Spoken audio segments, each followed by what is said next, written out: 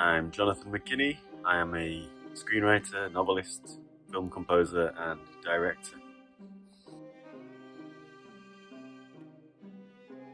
My most recent novel is called Unholy Water.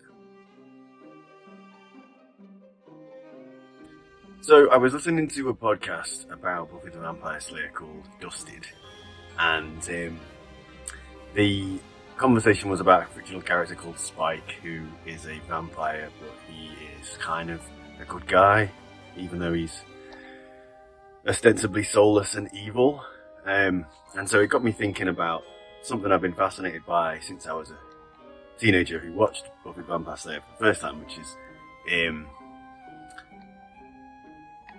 what is the metaphor of a vampire in storytelling in terms of how we are as people, as we interact with each other in real life.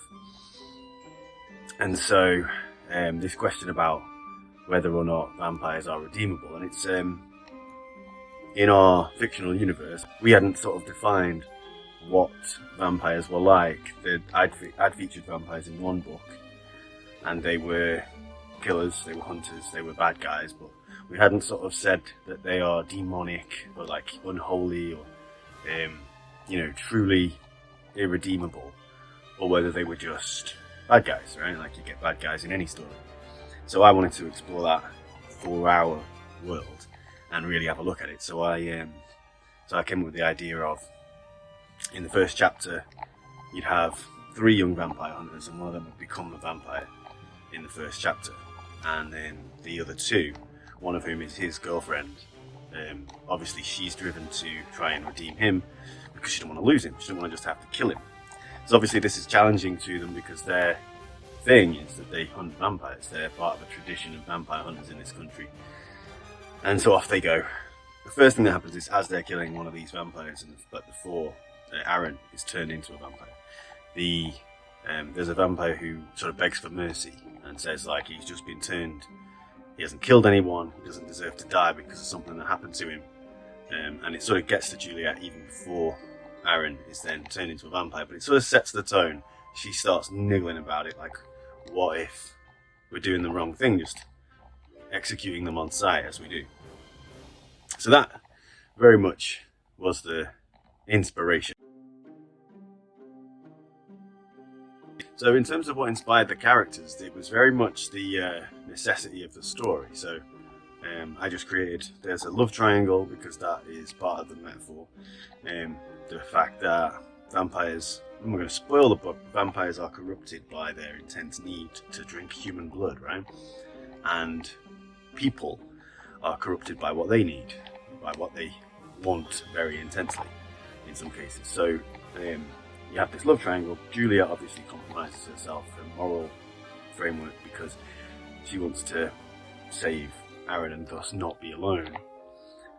Robert is conflicted because he's like, well, this kind of gives me my chance because he's in love with Julia.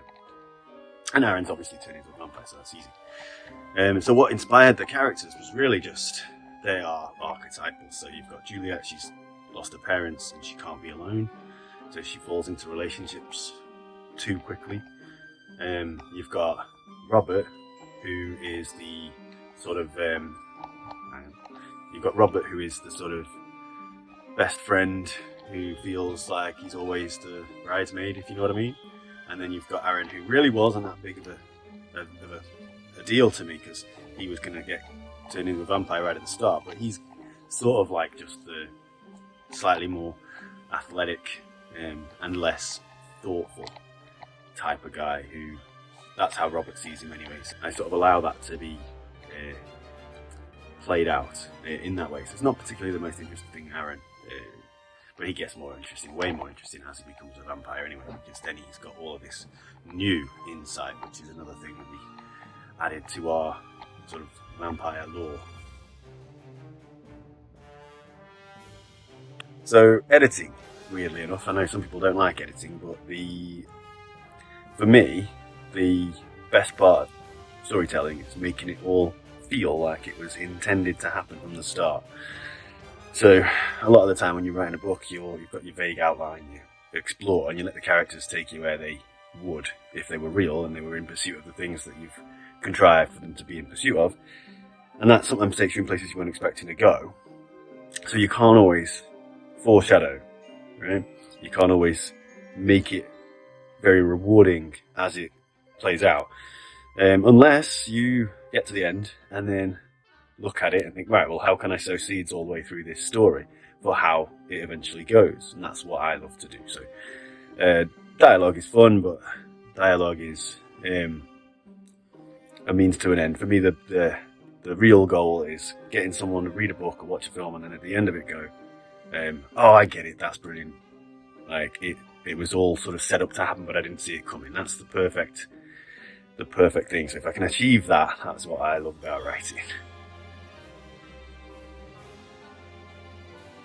So a piece of advice I would give is just to remember that conflict serves every scene. It needs to be prevalent in every scene.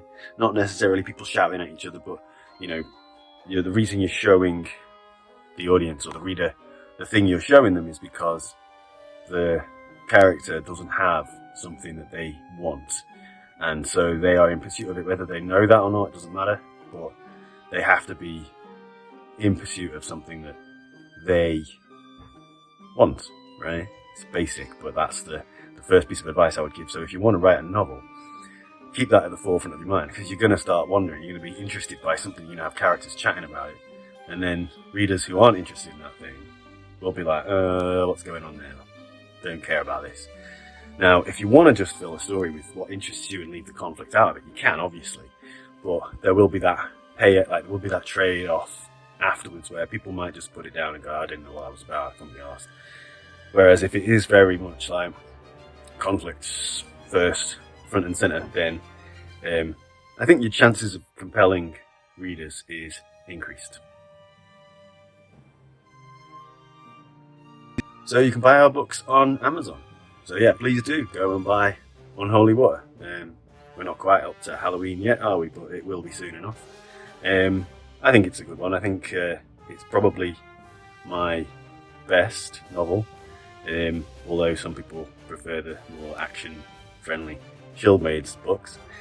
So yeah, Amazon, really. I'm sure JJ Barnes will put some links in here. So go and buy a book, please. That'd be lovely. Thank you very much. Cheers. Enjoy. Bye.